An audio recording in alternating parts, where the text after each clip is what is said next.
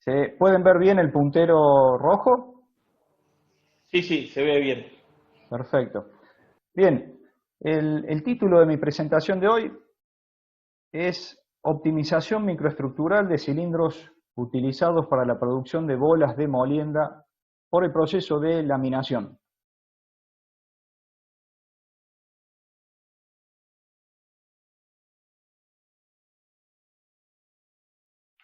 Vamos a iniciar la presentación describiendo brevemente qué debemos entender por cilindro de laminación. ¿Qué es el cilindro de laminación?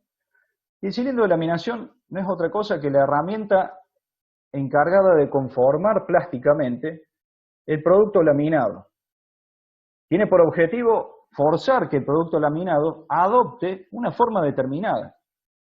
En el presente caso, ese objetivo persigue la obtención de bolas de acero de X diámetro a partir esto de una barra de acero de sección circular que previamente la vamos a calentar a las temperaturas típicas para el conformado en caliente de los metales. Esto es aproximadamente el 70% de la temperatura de fusión.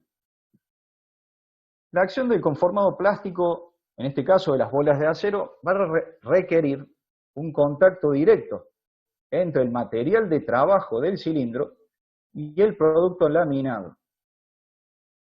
La acción de conformado va a imponer en el material de trabajo del cilindro solicitaciones mecánicas, térmicas y de desgaste abrasivo. En función de esto tendremos que hacer una selección del material para fabricar ese cilindro que tenga en cuenta en conjunto la gravitación de estas demandas mecánicas, térmicas y de desgaste abrasivo.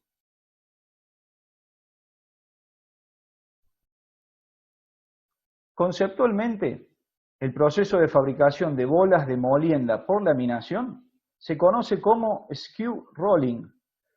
Si buscamos tratar de traducir esta expresión, sería aproximadamente algo así como sesgar o cortar por laminación.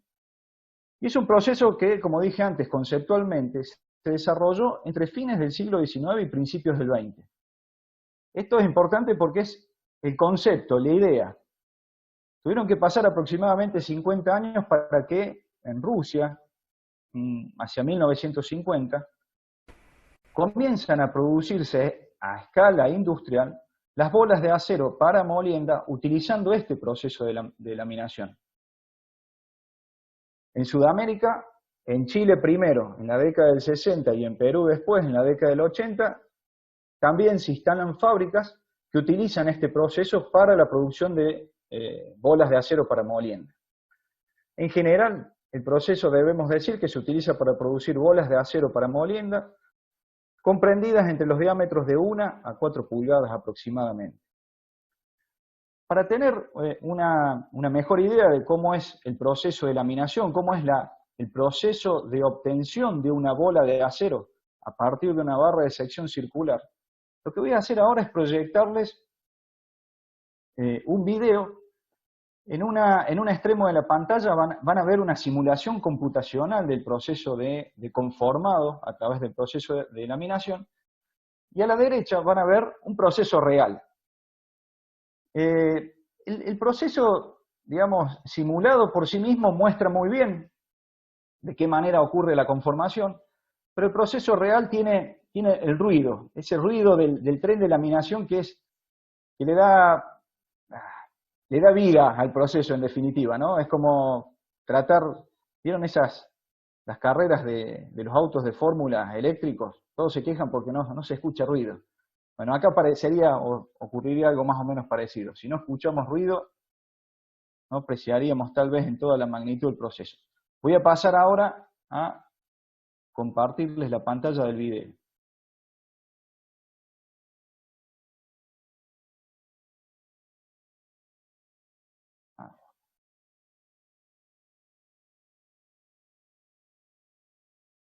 Como les dije antes, aquí sobre la izquierda podemos ver cómo ingresa la barra y el cilindro de laminación comienza a indentar la barra, ¿sí?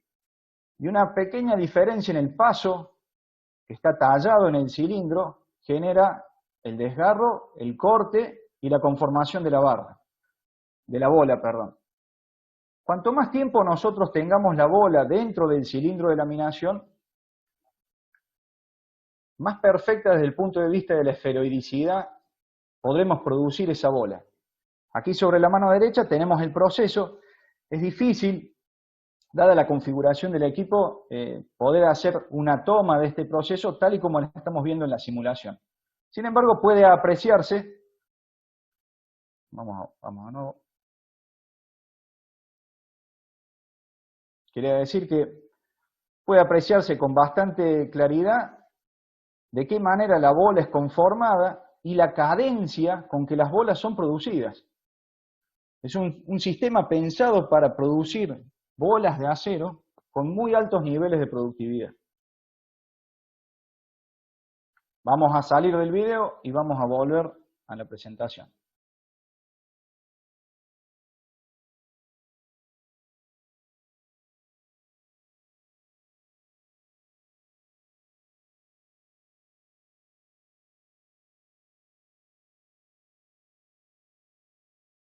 Ahí está. Bárbaro. Entonces, una pregunta que nos hacemos, bueno, ¿dónde vamos a utilizar estas bolas de molienda? Nos vamos a permitir hacer una breve digresión y mostrar dónde se utilizan las bolas de molienda. Lo que estamos viendo en pantalla es el esquema de una planta minera destinada a la extracción de cobre. ¿Sí? Y lo que estamos señalando en pantalla, aquí y aquí, son justamente los equipos destinados a llevar a cabo la tarea de conminución de la roca que contiene el mineral de cobre. El proceso de conminución es básicamente la fragmentación de la roca para reducir su tamaño desde aproximadamente 1 metro de diámetro hasta un particulado de unos 200 micrones. ¿Sí? Lo que vemos aquí, la primera etapa de conminución, tiene que ver con la etapa de trituración que ocurre en equipos que se llaman chancadores primarios y secundarios. Básicamente, el tamaño de estas rocas de 1 metro tiene que ver con el tamaño de la malla de voladura, que está relacionado con la distancia con la que colocan las cargas explosivas. En función de eso es el tamaño de la roca primaria, y en estos trituradores primarios, la roca va a reducir su tamaño desde 1 metro hasta aproximadamente unos 20 centímetros. Luego, esa roca de 20 centímetros va a ingresar a las etapas de molienda primaria, en un molino que se conoce como SAG, molienda semiautógena. Y luego, en esa etapa, el mineral será triturado desde los 20 centímetros a los 2 centímetros y luego pasaremos a las etapas de molienda secundaria, que son los molinos de bola verticales, en donde finalmente llegaremos a aproximadamente los 200 micrones de tamaño de partícula. Es justamente en los molinos SAC y los molinos de bolas y verticales donde operan las bolas de acero de molienda. Vemos aquí en pantalla, ¿sí?, a la izquierda, la imagen de un molino SAC. Y básicamente el molino SAC deberíamos verlo como si fuese un gran lavarropas de carga horizontal, ¿no? Fíjense que es un cilindro en donde va a ingresar una carga de roca, de mineral, mezclado con agua, ¿sí? Y en el interior de este cilindro, vamos a animar un movimiento de rotación. ¿Cuál es la idea de esto? Que la carga forme, o se conforme esto, que se conoce como riñón de carga. Básicamente, dentro del molino, se va a producir la conminución del mineral a través de 2 mecanismos. El mecanismo de atrición y el mecanismo de impacto. El mecanismo de atrición ocurre como consecuencia de como si fuese la fricción que ocurre como consecuencia del efecto cascada aquí del mineral, y luego tenemos un efecto de impacto, una vez que el mineral cae, la roca cae por efecto de la gravedad, y la idea es que ocurra el impacto de estas rocas aquí en la cola del riñón de carga. Accidentalmente, en la década del 30, a alguien se le ocurrió que podría ser conveniente introducir como material de molienda piezas metálicas. Entonces a esta persona que se le ocurrió le dijo a sus subordinados que fuesen al parque de chatarra y buscasen todo fragmento metálico que pudiesen cargar y lo introdujo dentro de un molino. En ese caso fue un molino cementero.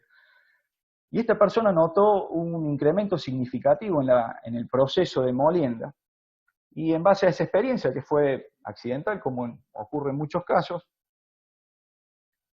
hoy en día en estos molinos, SAC, molino de bolas, el molino vertical, se utilizan bolas de distinto tamaño en función del tamaño de mineral que están procesando, el tamaño de la roca que están procesando. El molino SAC tiene dos tapas, dos bocas, una boca de carga. En la boca de carga la tapa es ciega. Fíjense, aquí no sé si alcanzan a apreciar, hay una persona, fíjense la dimensión que tiene este molino. Y en la tapa contraria, la tapa de descarga, la tapa no es ciega, sino que tiene una especie de rejillas, que en la jerga lo llaman no rejilla, sino parrilla, a través de la cual pasa el mineral, ya con el tamaño requerido. Bien, dicho esto, volvemos al tema de los cilindros de laminación. Entonces, el ser humano tenemos que decir que conforma metales por laminación desde fines del siglo XV. Algunos hablan de entrado del siglo XVI. Pero bueno, no viene al caso ahora, porque es interesante entender que uno dice, ¿cómo seleccionaban el material con el que iban a fabricar esos primeros cilindros de laminación? Y primero seleccionaban con lo que tenían a la mano, y después tenemos que entender que la selección estaba basada en ensayos de prueba y error, ¿no? Empirismo puro.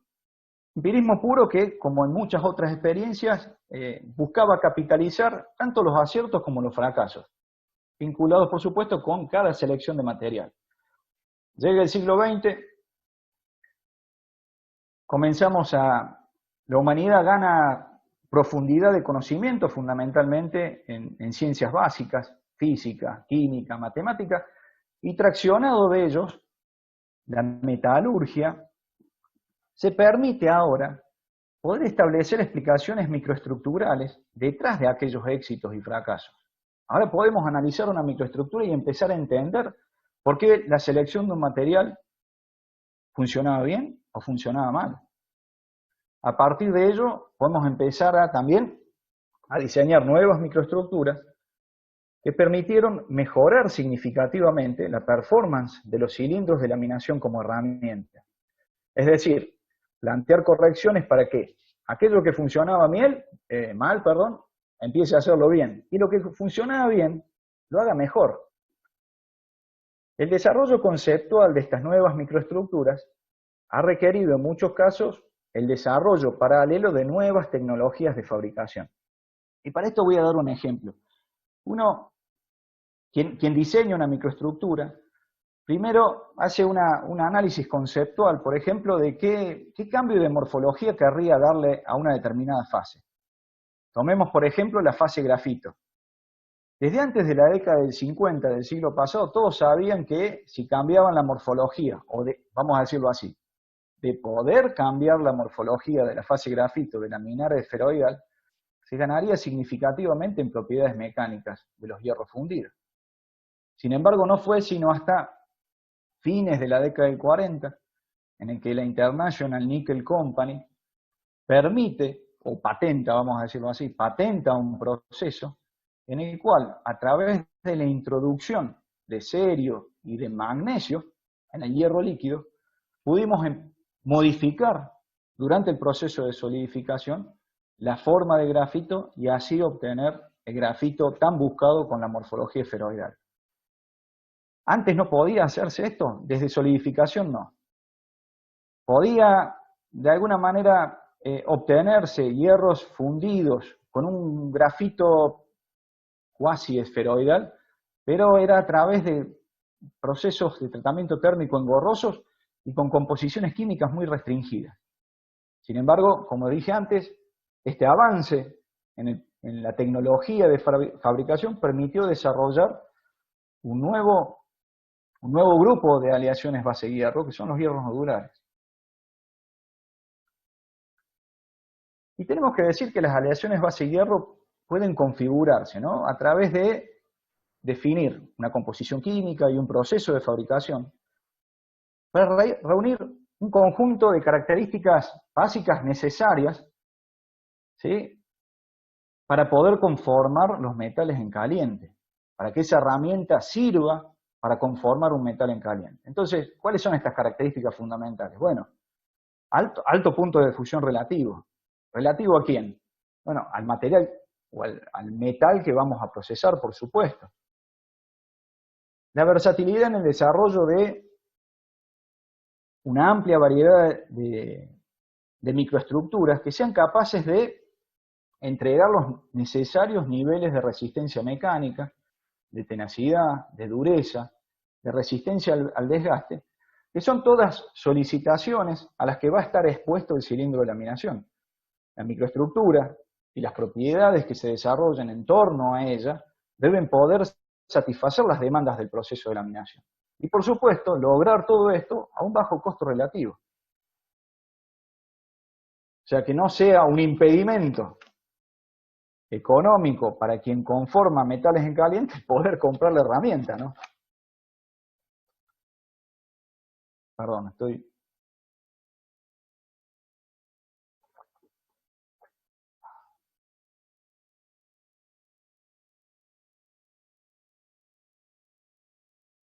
Y tenemos que decir que las propiedades generales de los materiales que vamos a emplear para fabricar los cilindros de laminación, propiedades físicas, químicas, mecánicas, tribológicas, van a resultar definidas por la interacción de un importante número de variables que se van a conjugar en lo que llamamos una arquitectura microestructural. Y aquí entra en escena el arquitecto microestructural, que es la persona que está encargada justamente de diseñar la microestructura. Este arquitecto microestructural va a tener que tomar decisiones, como por ejemplo, cómo va a conformar la matriz, que es el soporte microestructural del material. En este caso, estamos hablando de aleaciones base hierro. Aquí a la derecha tenemos una gráfica, ¿sí?, que congrega todas las unidades estructurales que nuestro arquitecto a las que podría llegar a recurrir. Es como que sería el corralón de materiales de este arquitecto, y hemos ubicado estas fases, estos constituyentes, que ahora los llamamos unidades estructurales, en torno a una escala de dureza. ¿Bien? Entonces dijimos, bueno, nuestro arquitecto microestructural va a ensamblar una microestructura y tiene que definir en primera instancia cómo va a conformar la matriz. En las aleaciones base hierro y particularmente para los cilindros de laminación, nuestro arquitecto puede optar por una matriz de perlita, una matriz de vainita o una matriz de martensita.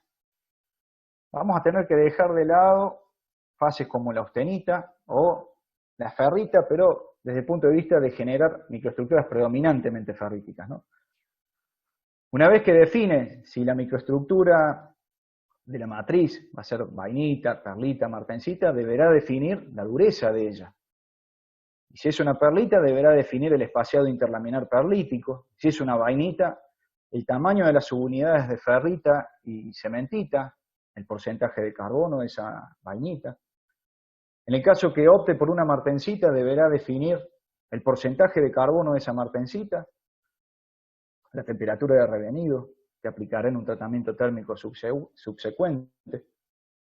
Y una vez que tome la decisión de qué dureza va a darle a esa matriz para hacer frente, por ejemplo, a los mecanismos de desgaste abrasivo que enfrenta un cilindro de laminación, nuestro arquitecto sabe que va a quedar definida otras propiedades mecánicas del material, la resistencia a la tracción, la tenacidad, la capacidad que tiene el material de absorber energía hasta fracturarse. Eventualmente nuestro arquitecto también pensará en agregarle accesorios a esa matriz para mejorar ciertos aspectos vinculados con el servicio al que está expuesto el cilindro de laminación. Entonces, eventualmente puede decidir recurrir a nuestra tienda de accesorios y pretender incorporarle a la matriz fases duras como los carburos. Y vemos nosotros aquí, en nuestro corralón de materiales o tienda de accesorios ahora, que nuestro arquitecto microestructural va a poder optar por carburos del tipo M3C, el que es básicamente el carburo cementítico, carburos M7C3, carburos de cromo, carburos M2C o M6C, carburos predominantemente de molibdeno y tungsteno, o los carburos MC, carburos de vanadio, de niobio o de titanio. El arquitecto ve estos carburos, ve el nivel de dureza y se ven tentadores, ¿no? Pero cuando el dueño del corralón de materiales le pasa el precio de esos carburos, el arquitecto mira para otro lado. ¿Por qué? Él sabe que tiene que fabricar su herramienta. Habíamos dicho que la variable económica es un factor a tener en cuenta y tiene que justificar muy bien por qué eventualmente va a agregar, por ejemplo, fases que implican una elevación del costo de fabricación del producto. Entonces, eventualmente decíamos, el arquitecto va a incorporar fases para incrementar la resistencia al desgaste, como los carburos, pero sabe también que incorporar fases duras y frágiles implica, o puede implicar eventualmente, mermas en la tenacidad del material considerado en conjunto. También puede optar por incorporar una fase como el grafito. Ese grafito viene aquí a la escala de dureza, grafito, menos de 50 Vickers de dureza, es una fase que tiene muy baja resistencia, o muy baja resistencia, si bien digo, de cohesión entre la fase grafito y la matriz. ¿Para qué podríamos querer incorporar grafito? Bueno, nuestro arquitecto puede estar interesado en incorporar grafito con morfología esferoidal, en primera instancia para discontinuar esa matriz y de esa manera reducir la rigidez de la matriz. Artificialmente lo que está haciendo es reducir el módulo de elasticidad del material, lo que va a devengarle al material un incremento al shock térmico, por ejemplo, y eventualmente también puede explotar esa característica que tiene el grafito de ser como una especie de lubricante natural, tan útil en algunos procesos de laminación, no en este que estamos hablando ahora, para evitar la adherencia entre el material de trabajo del cilindro y el producto laminado cuando las presiones de laminación son muy altas. Entonces, venimos diciendo que la arquitectura microestructural debe responder satisfactoriamente a las demandas de servicio, ¿no? Y una de estas demandas es, lógicamente, la ocurrencia de fricción, y la fricción conlleva a generar desgaste abrasivo. Vemos aquí en pantalla una gráfica que nos muestra de qué manera varía la pérdida de masa por desgaste abrasivo en función de un indicador que llamamos equivalente de aleación. Vemos aquí debajo cómo se construye este equivalente de aleación. Es una ecuación que estaba conformada, integrada por varios términos. Cada término contiene las fracciones porcentuales en peso de una selección muy particular de elementos, ¿no? Y fíjense ustedes que en esa ecuación figuran elementos como el cromo, el tungsteno, el molibdeno, el vanadio, niobio y titanio, que no son otra cosa que elementos que combinados con el carbono van a formar carburos de alta dureza y que le confieren a la microestructura eventualmente una significativa resistencia al desgaste abrasivo. Entonces, a medida que nosotros incorporamos estos elementos de aleación, y junto con ellos debemos incorporar carbono para que los carburos se formen, por supuesto, vemos que la pérdida de masa como consecuencia del desgaste abrasivo merma. Fíjense también que cada elemento está multiplicado por un factor, un coeficiente, y lógicamente los coeficientes estos son más altos a medida que este elemento puede formar carburos de más alta dureza. Pero en un cilindro de laminación no todo es desgaste abrasivo. En un cilindro de laminación, las solicitaciones normales, ¿sí?, a las que va a estar expuesto el cilindro van a ser del tipo, ya lo habíamos mencionado anteriormente. El cilindro va a estar expuesto a solicitaciones térmicas, lo que va a generar tensiones térmicas en el material del cilindro, va a activar fenómenos de fatiga térmica. Tenemos solicitaciones mecánicas, por supuesto, para conformar el material debemos aplicar un esfuerzo. Entonces tenemos fuerzas de laminación que van a estar vinculadas con el porcentaje de reducción que querramos nosotros aplicar en el material, y por supuesto con la temperatura de la barra. Cuanto más fría está la barra, mayor esfuerzo tendremos que aplicar para conformarla. Y luego, la fricción. El producto que estamos laminando, dijimos, lo estamos calentando a una temperatura en el orden del 70% de la temperatura de fusión, en una atmósfera rica en oxígeno, forma óxidos en superficie. Esos óxidos son altamente abrasivos. Entonces, en la medida o en función de la velocidad relativa entre el producto laminado y el cilindro de laminación, la temperatura, los esfuerzos, tenemos fricción, tenemos desgaste abrasivo, y todas estas demandas, ¿sí?, estas demandas que hemos enumerado, terminan conjugándose para deteriorar la superficie de trabajo del cilindro. Entonces, cuando diseñamos la microestructura de un cilindro, no podemos pensar solamente en el desgaste abrasivo, porque si fuese o si hubiese solamente desgaste abrasivo, el diseño microestructural sería bastante sencillo, en el sentido de que nos limitaríamos a incorporar tanto como podamos fases duras, ¿sí?, en el material del cilindro, y vamos a hacer esa incorporación en función de una relación costo-beneficio. Sin embargo, como mostramos recién, no hay solamente desgaste abrasivo. Tenemos tensiones de origen térmico, una demanda térmica y solicitaciones mecánicas. Entonces, ello nos obliga a tomar decisiones de compromiso. Vamos a tener que diseñar la microestructura para poder eventualmente hacer frente a ellas sin pensar tanto eventualmente en la resistencia al desgaste abrasivo.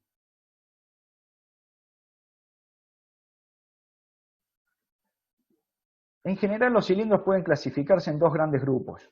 Los cilindros de laminación, perdón. Tenemos cilindros integrales o monobloc.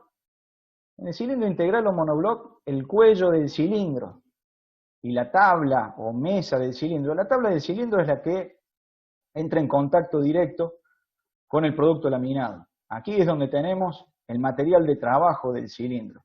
Digo, aquí es donde tenemos el material de trabajo del cilindro porque eventualmente hay técnicas de fabricación que nos permiten fabricar un cilindro con diferentes materiales. Y una de las ideas, o en eso se basa, justamente la posibilidad de producir un cilindro compuesto. El cilindro compuesto está conformado por una camisa y un eje, pero que no forman una sola pieza, ¿sí? En realidad vamos a configurar esta herramienta en una sola pieza cuando unamos la camisa con el eje, a través, por ejemplo, de una unión por interferencia o algún otro tipo de unión mecánica. Pero, a diferencia de los cilindros integrales o monobloc, ¿sí?, no forman una sola pieza, la tabla con el cuello de los cilindros. En el caso particular de los cilindros que son utilizados para producir las bolas de acero para molienda, el cilindro es compuesto y se produce una camisa. Para que se hagan una idea de las dimensiones de esto, aquí coloqué, aquí debajo, por si no lo pueden ver, estamos hablando de una camisa de aproximadamente 900 milímetros de diámetro por 1200 milímetros de largo de tabla y conforman una pieza de aproximadamente 5 toneladas de peso sin el eje. Estas camisas se producen y se entregan con la tabla lisa para que el usuario pueda mecanizar según sus necesidades el calibrado que en definitiva va a ser utilizado para conformar, en este caso, las bolas de diferente diámetro.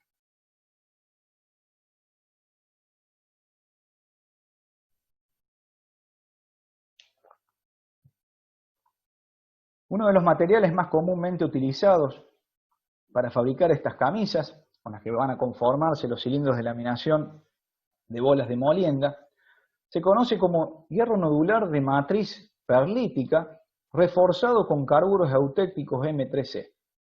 Ya el mismo nombre ya nos ha orientado en un todo casi de qué se trata la microestructura del cilindro. Básicamente tenemos un hierro nodular con una matriz perlítica, ¿sí? En el interior de la matriz tendremos grafito esferoidal, y para reforzar la resistencia al desgaste de esa matriz, incorporaremos diferentes fracciones en volumen de carburo cementítico del tipo M3C. Podemos eventualmente nosotros variar la composición química, podemos variar ciertos aspectos del proceso de fabricación, velocidades de enfriamiento, para eventualmente rebalancear las relaciones o las fracciones en volumen de carburo y grafito, por si estamos interesados en maximizar la resistencia al desgaste abrasivo, o si por el contrario estamos pensando en maximizar propiedades mecánicas como por ejemplo en la tenacidad. Durante muchos años, los cilindros de hierro nodular de matriz perlítica se han desempeñado satisfactoriamente en esta aplicación utilizada para producir las bolas de molienda. Y lo han hecho en rangos de dureza comprendidos entre los 55 y los 58 Short C de dureza. Escala Short,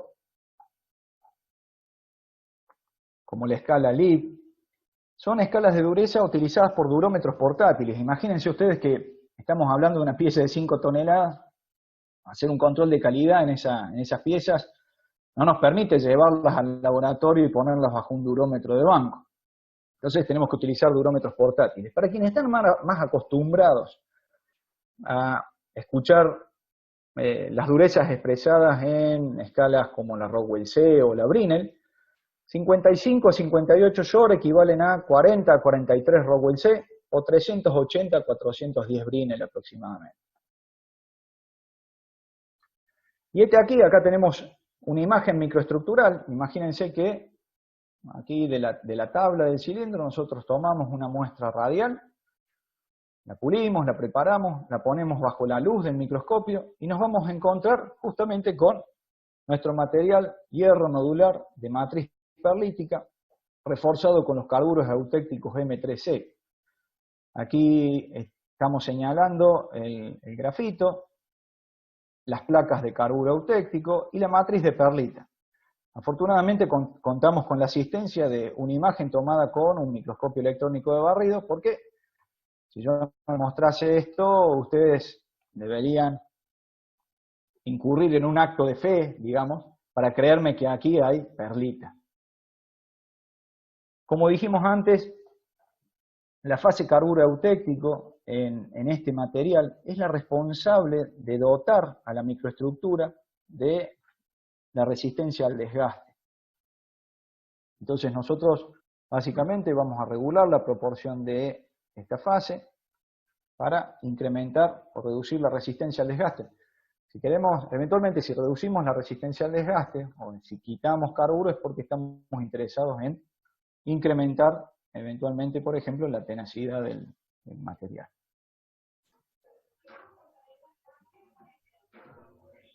Denme un momento porque estoy con la garganta seca.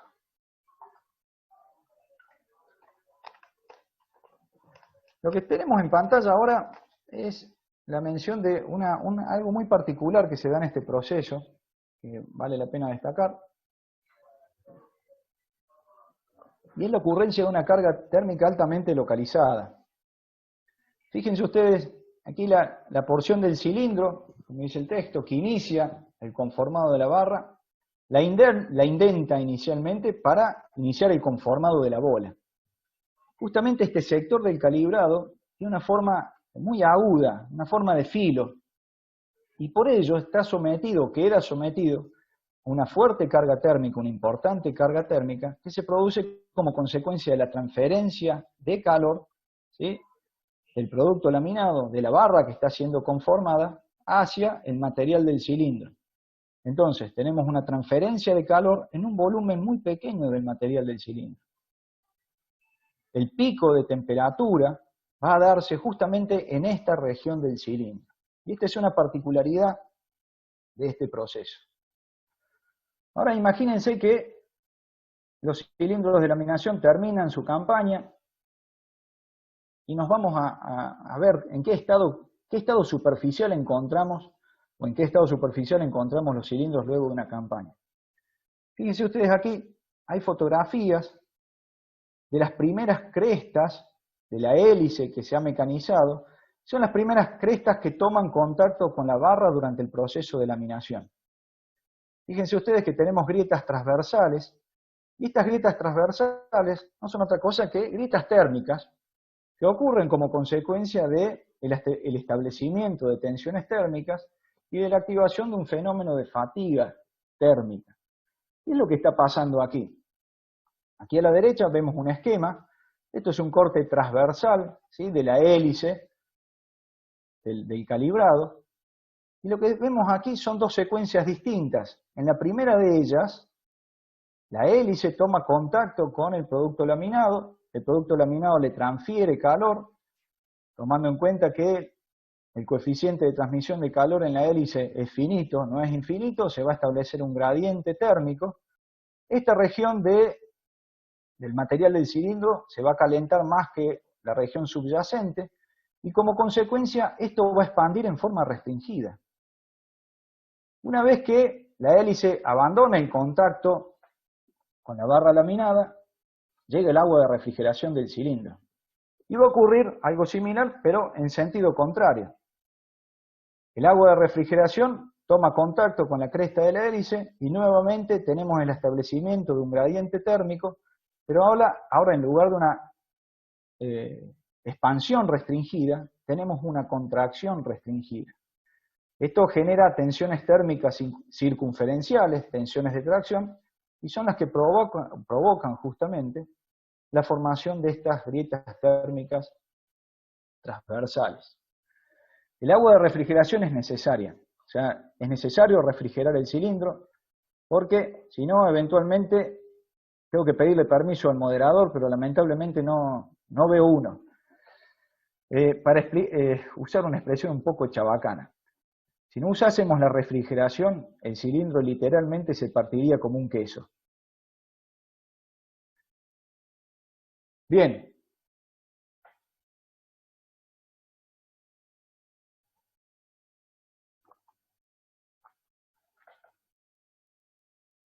Recién hicimos un análisis macroscópico. Hagamos un análisis microscópico. Cortemos aquí, cortemos muestras y analicemos de qué manera evolucionan estas grietas térmicas en la microestructura. Lo que estamos viendo en pantalla son imágenes microestructurales de el hierro nodular perlítico. Ya nos hemos familiarizado con la microestructura, la matriz perlítica, los carburos eutécticos cementíticos, el grafito. Una cosa que llama la atención es que las grietas nuclean preferencialmente en las placas de carburo eutéctico. Y a partir de allí propagan al resto de la microestructura.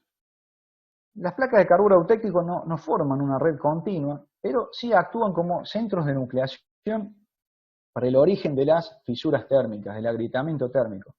Esto es bastante entendible desde el punto de vista de que la placa de carburo eutéctico es una placa de gran tamaño, rígida, de alta dureza, frágil, y es una placa que no puede acompañar la deformación plástica a la que se somete a la matriz como consecuencia de este proceso de contracción y expansión restringida. Entonces, prematuramente la placa se fisura, se fragmenta, nuclean grietas a partir de las cuales empiezan a desarrollarse en la microestructura.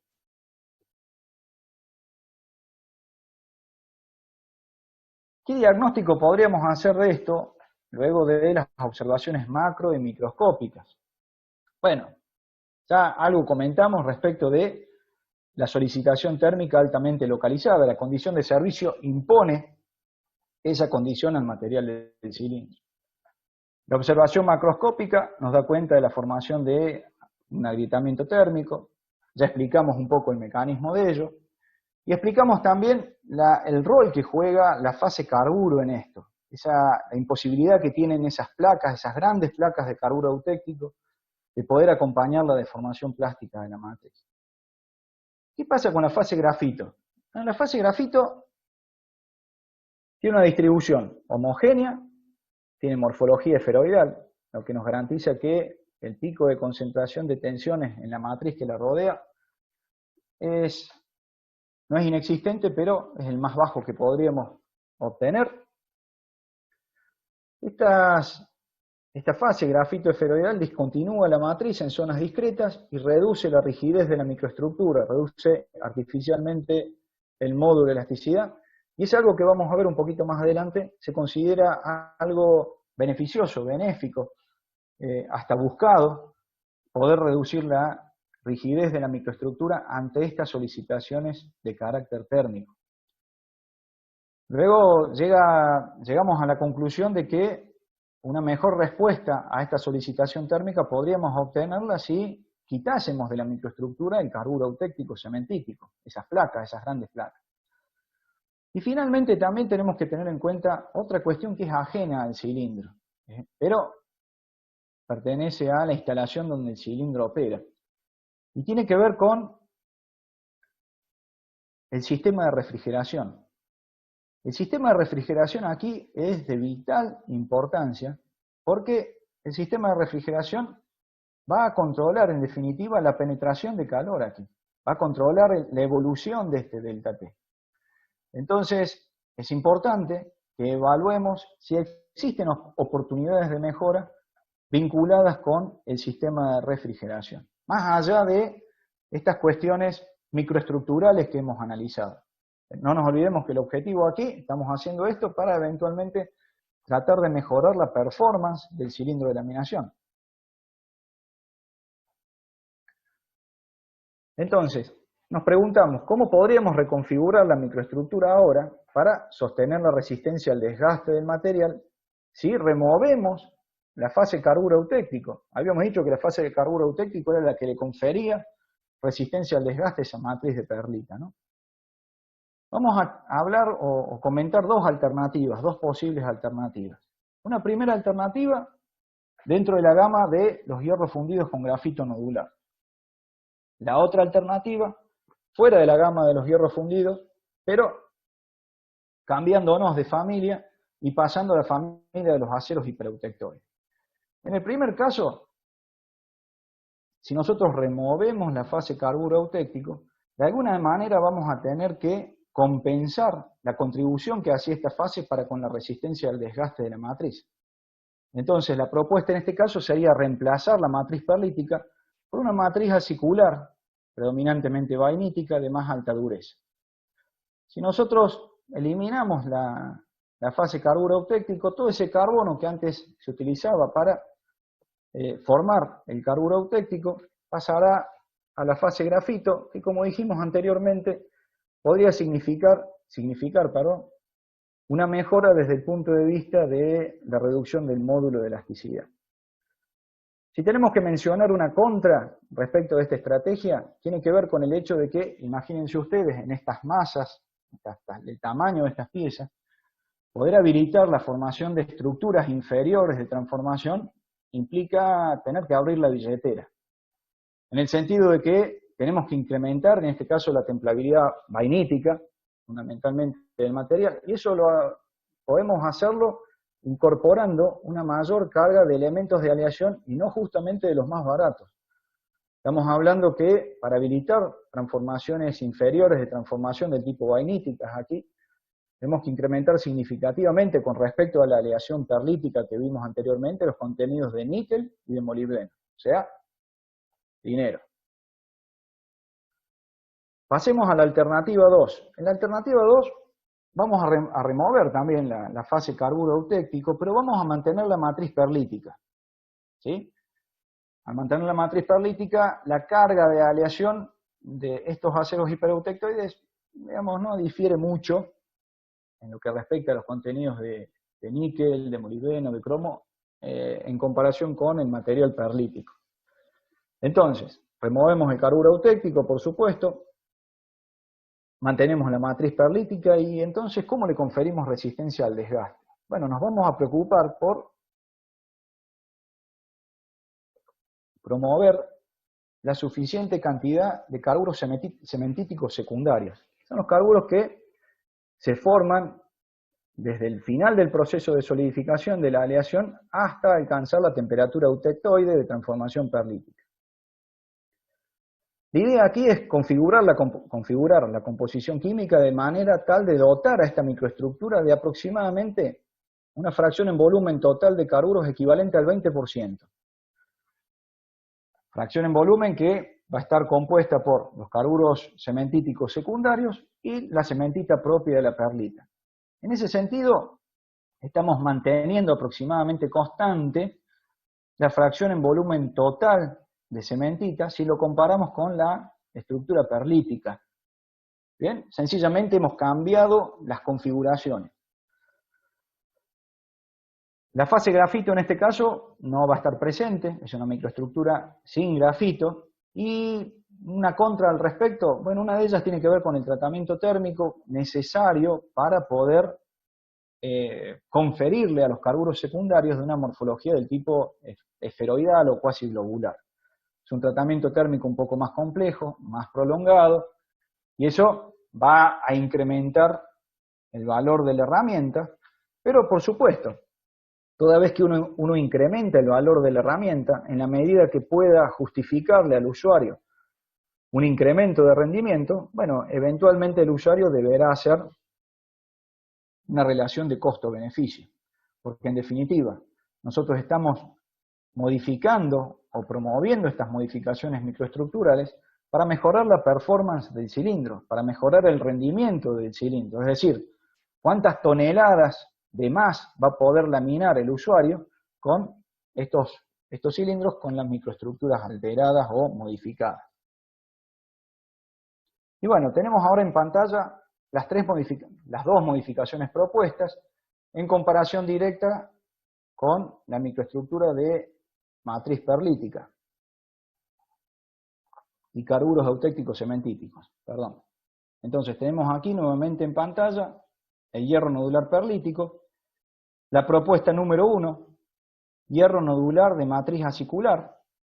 Recurrimos nuevamente al auxilio de la microscopía electrónica para poder apreciar mejor la matriz de características aciculares, predominantemente vainíticas, y aquí tenemos la microestructura del acero hipereutectoide.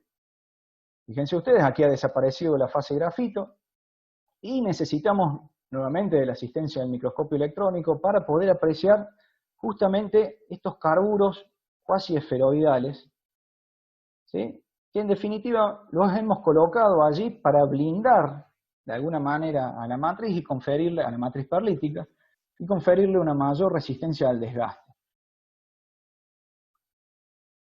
Fíjense, la concentración de carbono en esta aleación ronda aproximadamente el 1,4% contra el 3,2% en estas dos aleaciones. Carburo eutéctico, cementítico, en estas dos propuestas nos hemos esforzado por limitarlo a una concentración no mayor al 3%, prácticamente lo hemos eliminado de la microestructura, pensando en eso que habíamos visto cuando analizamos microestructuralmente el cilindro fisurado térmicamente. Un detalle importante, fíjense que la alteración microestructural que estamos proponiendo no mantiene constante la dureza global de la microestructura. Estamos pasando de 41 Rockwell a 37 Rockwell aquí y a 32 Rockwell aquí. Eso da cuenta de que le estamos, de alguna manera, asignando una menor relevancia a la dureza global como factor de control de la resistencia al desgaste del material del cilindro.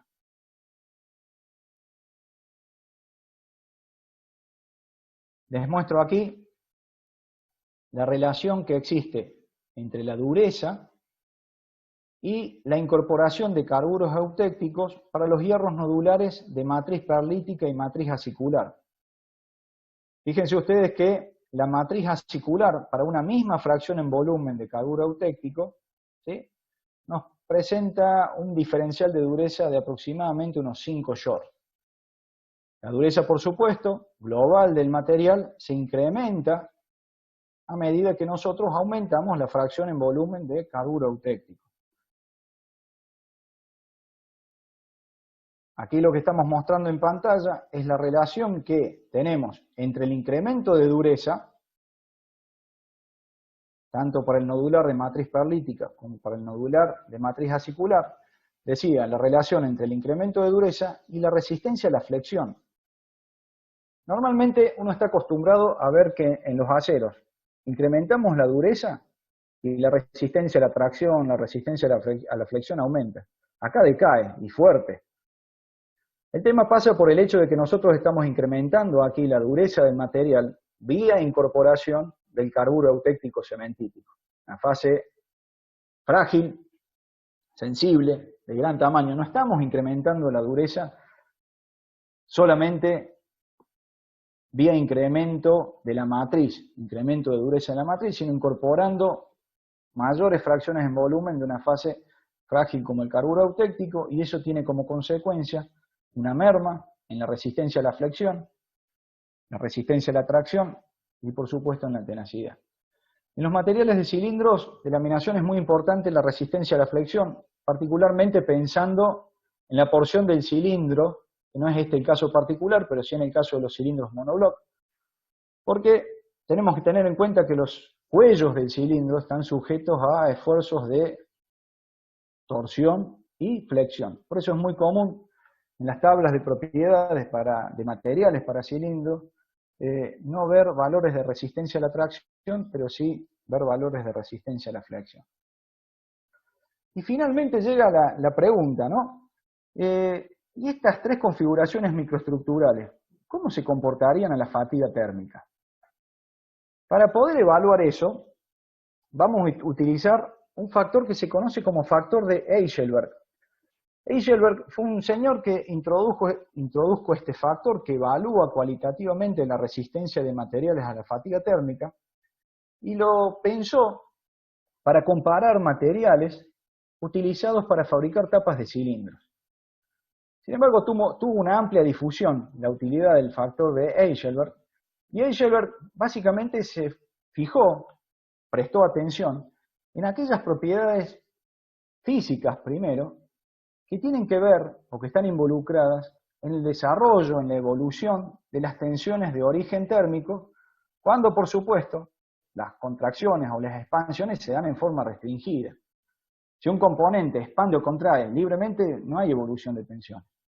Sin embargo, si esa contracción o expansión ocurre en forma restringida, habrá evolución de tensiones, y las tensiones serán tanto mayores cuanto mayor sea el módulo de elasticidad, mayor el coeficiente de expansión térmica, y por supuesto mayor el delta T. Eichelberg reacomoda estas propiedades físicas del material, y diseña un primer factor de Eichelberg para hacer una evaluación cualitativa de la resistencia a la fatiga térmica. El primer factor de Eichelberg estaba configurado por las propiedades físicas que he remarcado y recuadrado aquí. Eichelberg incorporó en su ecuación del factor de Eichelberg una propiedad física interesante desde el punto de vista de que gobierna la conductividad térmica, es decir, el coeficiente de conductividad térmica. Eichelberg consideró que la resistencia... Ahí estamos.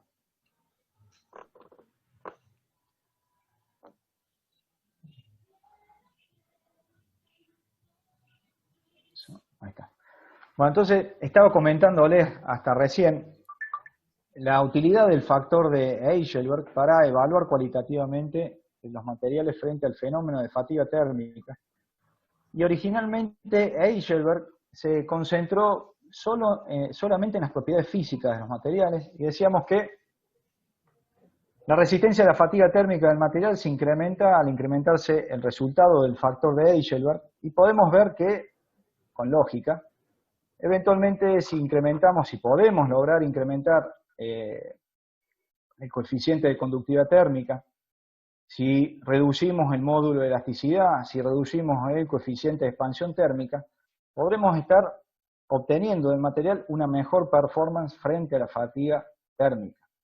Sin embargo, como les decía, limitarnos solamente a estas propiedades físicas no nos impedirían eventualmente cualificar en un todo el material, porque no toma en cuenta algunas propiedades mecánicas importantes y relevantes. Fíjense ustedes aquí en la tabla, imagínense que solamente nos quedamos con el primer factor de Heisenberg, ¿no? El factor de Heisenberg que después se fue modificando, ¿no? Y que cada usuario también va customizando. Fíjense que si solamente tomamos en cuenta las propiedades físicas, conductividad, coeficiente de Poisson, módulo, elasticidad, coeficiente de expansión, y comparamos el hierro nodular perlítico con el hierro nodular acicular, básicamente estas propiedades no difieren en mayor medida. Acá hay una pequeña diferencia en el módulo de elasticidad, porque aquí el material tiene menos grafito, pero digamos, si utilizásemos solamente el primer factor de Heisenberg, no nos serviría para cualificar la respuesta a la fatiga térmica. Entonces, le incorporamos a la ecuación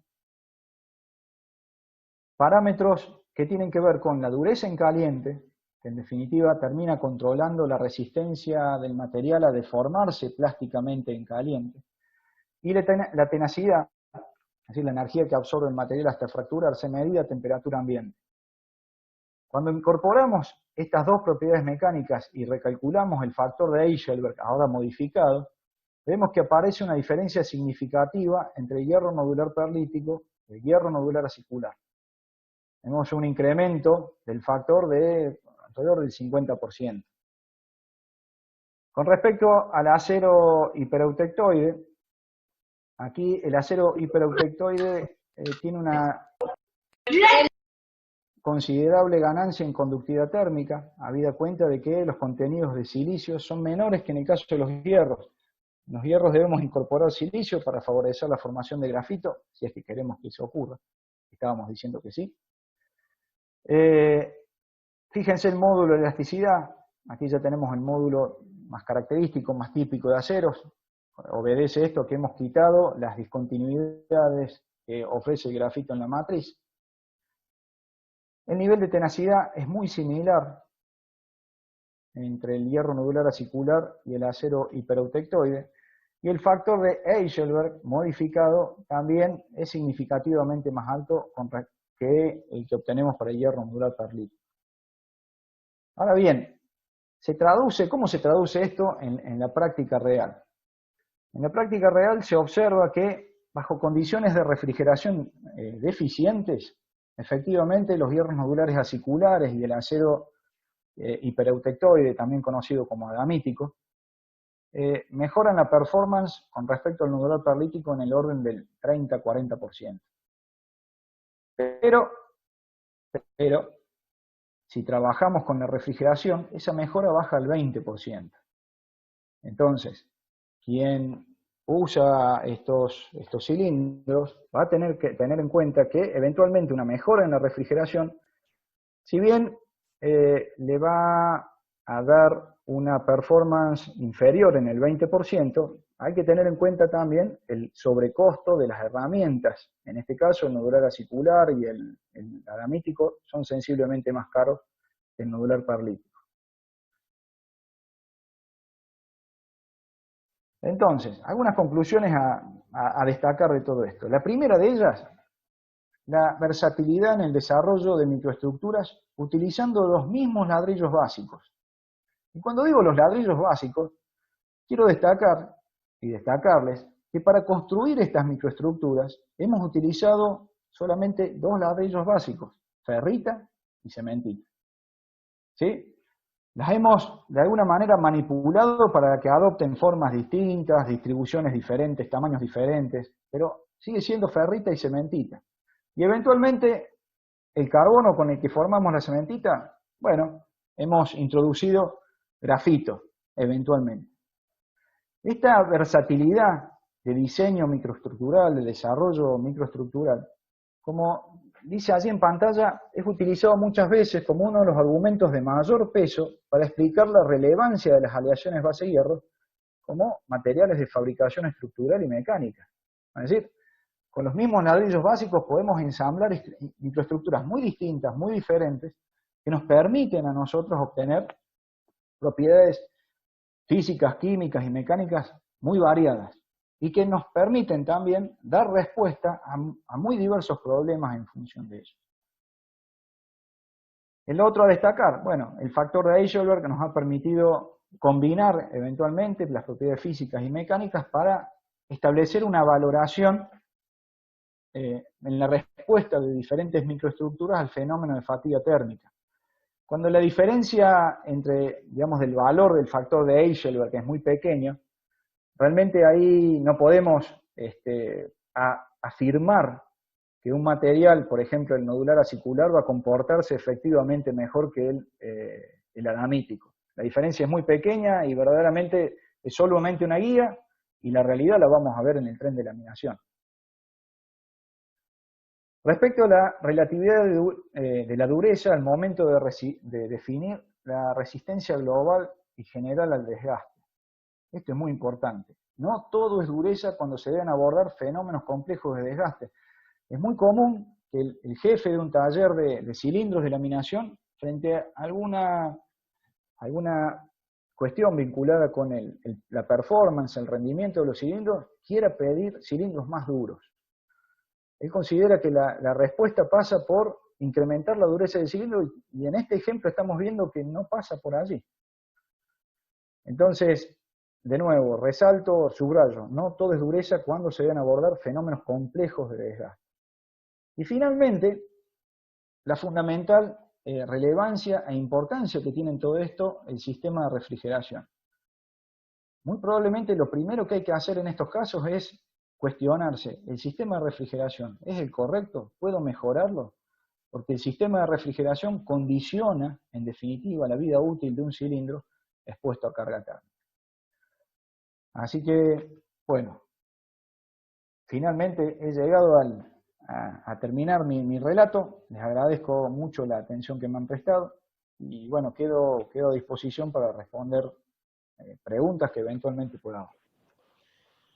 Bueno, primero que todo, muchas gracias y disculpas por el corte. La verdad que, bueno, estas cosas suelen pasar. Veníamos bien en las últimas charlas y hoy no sé bien por qué se cortó.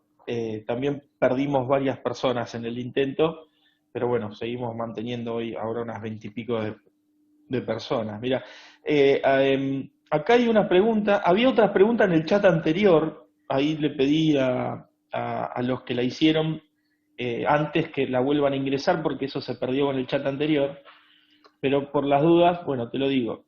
Te voy comentando las cosas y vos decime bien. Sí.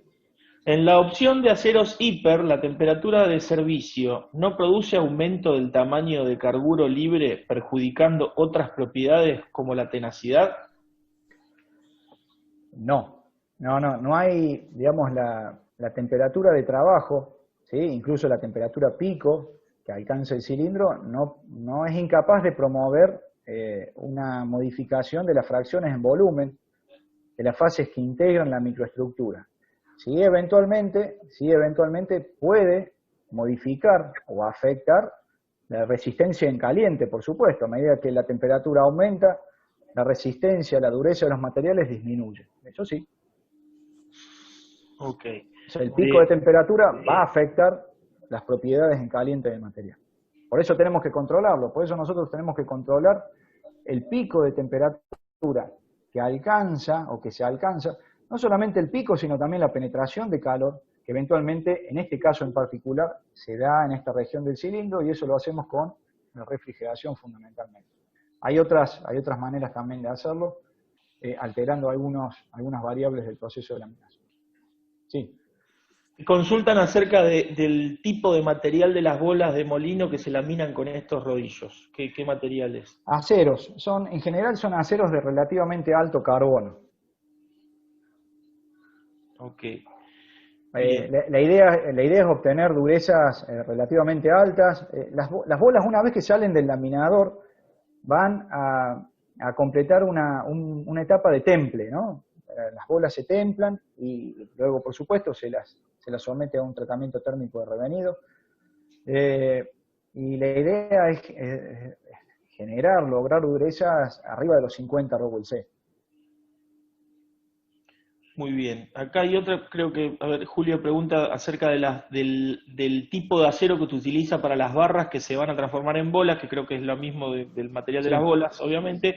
Y la otra era si no hay manera de achicar la microestructura de los carburos eutécticos en la Sí. microestructura de la primera opción. Sí, eso es una posibilidad real y esa posibilidad eventualmente podría llegar a lograrse aumentando la velocidad de enfriamiento. Lamentablemente, si incrementamos cuando incrementamos la velocidad de enfriamiento, nosotros básicamente lo que estamos haciendo es incrementar el grado de subenfriamiento que va a experimentar el líquido y consecuentemente modificar el tamaño de los núcleos críticos de solidificación. Eso va a afinar la microestructura. Pero hay un problema aquí. Nosotros también estamos esperando formar grafito en la microestructura. Y si incrementamos significativamente la tasa de enfriamiento, vamos a vernos en dificultades y en problemas para poder lograr convivir o poder lograr promover, vamos a decirlo así, que en la microestructura aparezca al mismo tiempo grafito y carburo. Perdón, Nicolás, si no hay posibilidad de que el afino de la estructura se logre mediante algún otro mecanismo que no fuera el subenfriamiento tan rápido. Es decir, me refiero, una vez la precipitación de carburos puede modificar su formato en función del agregado de algún elemento aleante que los distribuya de mejor manera. No, lo que sí podemos manipular, y sin problema en ese sentido, es el tamaño eventualmente del grafito, utilizando agentes inoculantes. Sin embargo, el agente inoculante lo que hace es, si bien controlar el tamaño del grafito, de la partícula de grafito, promueve la formación de grafito en detrimento de la formación de carburo. Está bien. Bien, y preguntan, acá uno de los asistentes preguntó si puede ser 4140. Me imagino que se refiere al material de las bolas que estaban hablando antes. No tengo, la verdad que no tengo el detalle de la composición química de las bolas. No puedo responder eso. Entiendo que en general se buscan niveles o tenores de carbono un poco más altos para dar con niveles de dureza mayores. Pero no tengo el detalle de la composición química que se utiliza para la bola. Bien.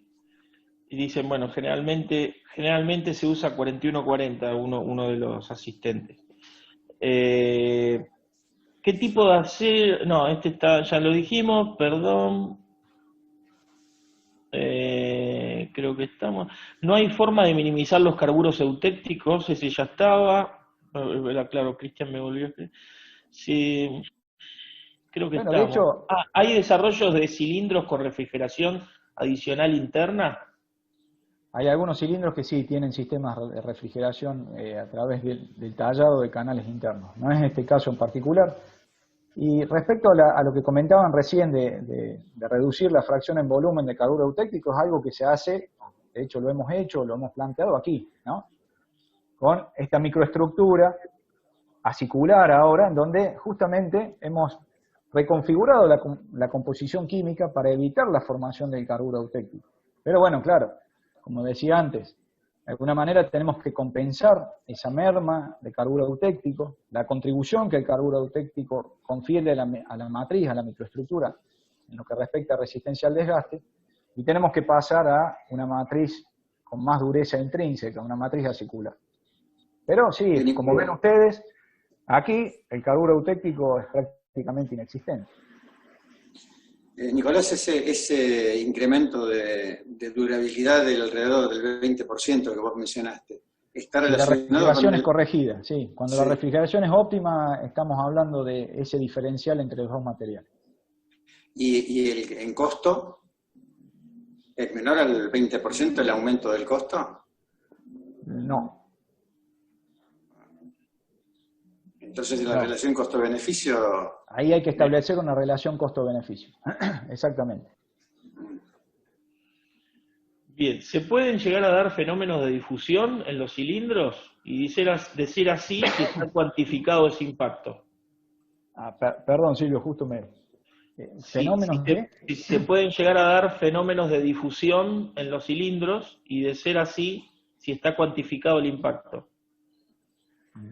No entiendo la pregunta, ¿a qué se refiere con fenómeno de difusión en el cilindro? O sea, todo proceso de transformación, fundamentalmente transformaciones en fase sólida, requieren del proceso de difusión. Pero yo me parece que está, la pregunta, no sé si está orientada si hay una especie de difusión entre el producto laminado y el cilindro, no comprendo bien. Bueno, si pueden aclarar... Claro, en todo caso el que hizo la pregunta que lo aclare verbalmente. Difusión de impurezas, por ejemplo, dice. Pero ¿de dónde a dónde? Específicamente en el material del cilindro. Perdón, tomo yo la palabra, Nico. Sí, de impurezas presentes en la estructura del cilindro, si puedo llegar a tener, no sé, alguna precipitación hacia borde de grano y demás que afecten microestructuralmente las propiedades del cilindro. Siempre, ¿Nico hizo? ¿Nico? Sí, él hizo la pregunta. Perfecto, sí. Nico. Siempre que uno no tenga un control fundamentalmente de elementos considerados como traza, sí, eventualmente pueden afectar, digamos, alguna propiedad vinculada fundamentalmente a la tenacidad, por ejemplo, la resistencia de la tracción, como consecuencia de la precipitación de fases indeseadas. Pero bueno, eso se controla controlando la composición química del material o del metal líquido en la preparación en horno, ¿no? Que no tengamos en la composición química elementos de impureza que eventualmente puedan dar lugar a la precipitación de fases indeseadas, ¿no? Genial, gracias. ¿Alguna pregunta más?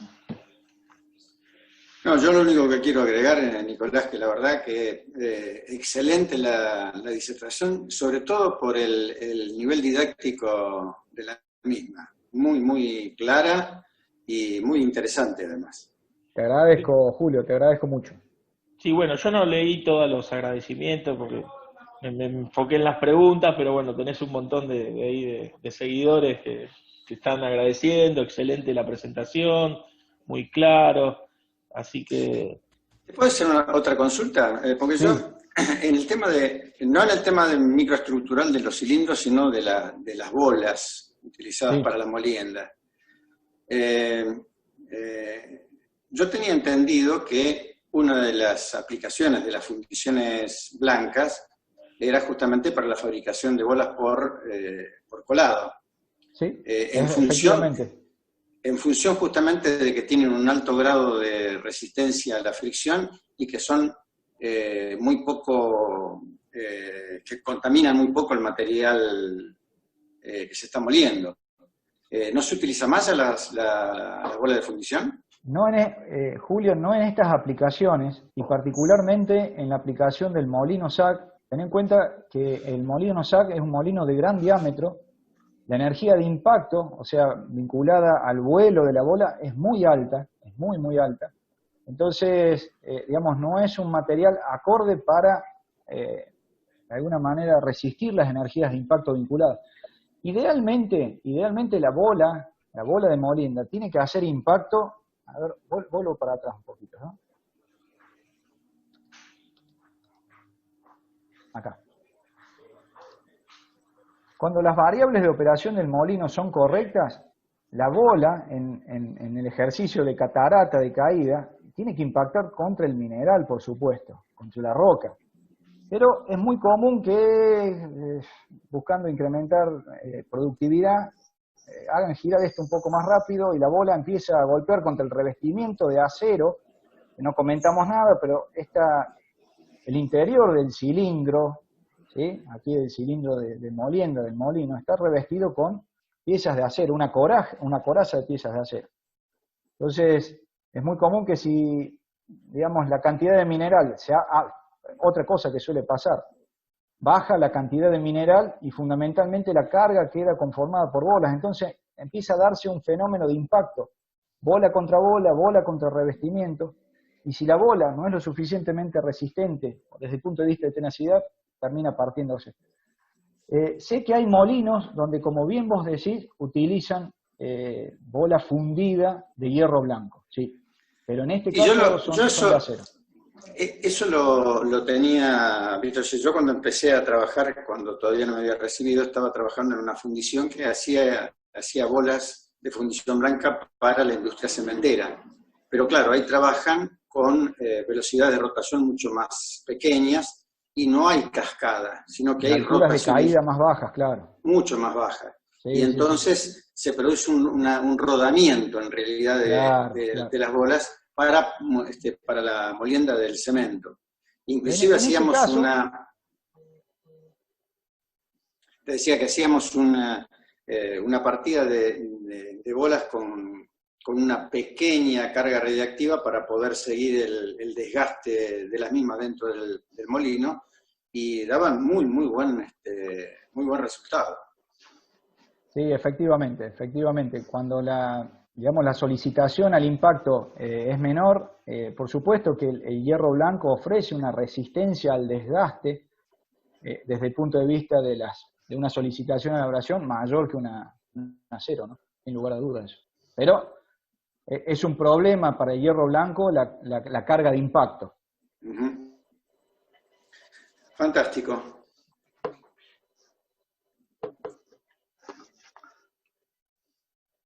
Silvio, está sin audio.